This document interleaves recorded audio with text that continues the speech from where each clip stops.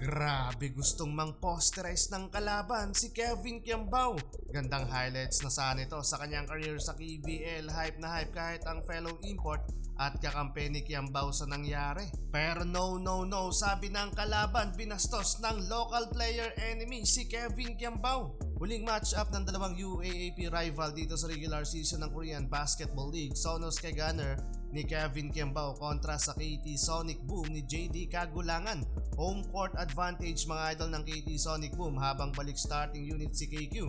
While opening ng frame, aggressive mga idol ang pagsisimula ng KT Sonic Boom sa laban to get the first field goal dito sa game, pero agad namang nakakapag-draw ng foul si KQ at perfect 2-2 free throw pasok yan mga idol. 4 straight points mga idol para kay Kabayan sa pagsisimula ng frame. Hype na hype ang fellow import ni KQ from coast to coast and drive to basket.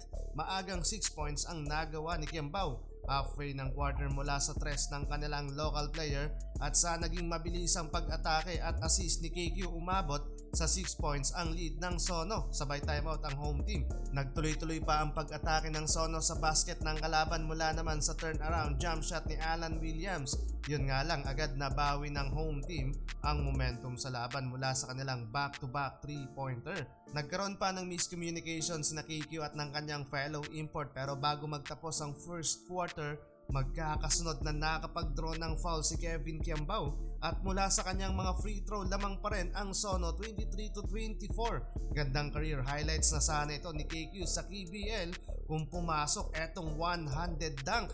Opening ng second quarter, pinasok pa rin ng home team si JD Kagulangan habang nasa bench naman si KQ. Instant impact sa offensive play etong si JD, gumawa rin ng kanyang first field goal sa loob lamang ng 3 minuto bago ibinalik sa bench. Habang halfway ng quarter nang ibinalik sa laban si Kiambao at nakapag-build up na doon ng momentum ang home team.